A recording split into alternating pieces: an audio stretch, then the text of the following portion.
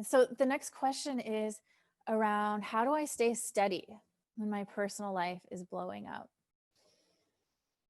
I used to think that I was the only clinician, I was the only therapist or the only coach that wasn't like steady all the time. I used to have this story that my personal life was just this total shit show. And in between sessions with clients, like I was putting out fire after fire after fire, super anxious, really, managing a lot of depression.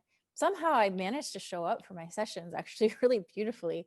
Part of that is like what helped become steady over time. It was a place where I really felt committed to showing up in a different way. Um, so I would say the phrase "others feel this too" is a good reminder that other coaches experience this too, other care providers experience this too.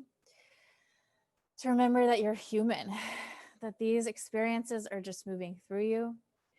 And my experience, and the experience of, I know, many of you who are here and others, is that our clients actually tend to resonate with us and go through a lot of what we're going through. And so we might go through something one week, and the next week the client walks in the door and like the same exact thing happened. You wouldn't have known how to meet that a week before.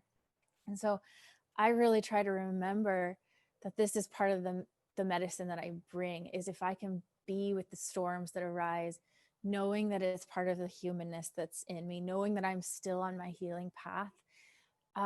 And I am personally a fierce advocate and activist around the fact that we do not need to be perfect as clinicians or coaches or whatever you want to call yourself. We do this where we put each other on pedestals and think that we need to be healed to help. And God, that sounds boring to me. I don't even know if I'd want to do my job anymore if that was true. I mean, to an extent, yes, I'm more healed than ever.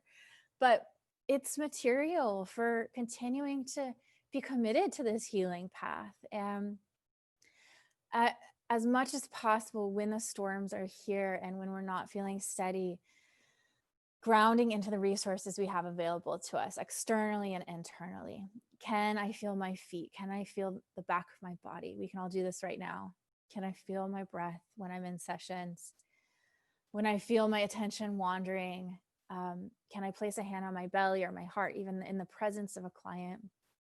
You might choose a few things in your space to connect with that are soothing, comforting.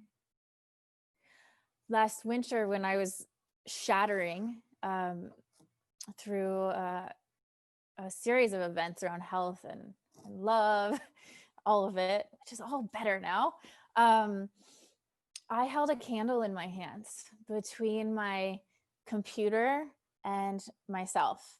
And the client didn't know the candle was there, but I needed some warmth. I needed to know that little inner child that was just losing her shit had one hand on her. And so I just imagined that candle was the little inner one. And I held her in my hands as I was in sessions.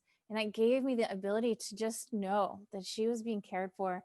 And I could be here in the adult part of myself, guiding beautifully, So we have various parts of ourselves and we just get to choose which ones drive the bus, And for me, if I am in those spaces, I think my work is better. I wish I could check that out with people, but I don't. But I actually think when I have that kind of resourcing available and I can allow myself to be that human and I'm leaning into my support, that being in the depths of that pain actually helps me connect with the depths of pain that the people in front of me are in. And so it's a gift, even though it's hard, it's edgy. And I'm going to check the chat again. Yeah, I'd love to hear your experiences around this, because part of me is telling myself the story, oh, that's really irresponsible. Like you should cancel all your sessions. But really, I have found over the years that I can show up. I can, and most of us can. And it's actually really helpful to us and our clients. Yeah. Yeah, hearing that we do not need to be perfect as coaches. No, stop that. Tired of it. I really think we're engaging in a trauma response in ourselves and with our clients. When our clients need us to be perfect, we're engaging in their trauma response and recapitulating the trauma. And then we're also probably engaging in ours if we have that perfectionist tendency.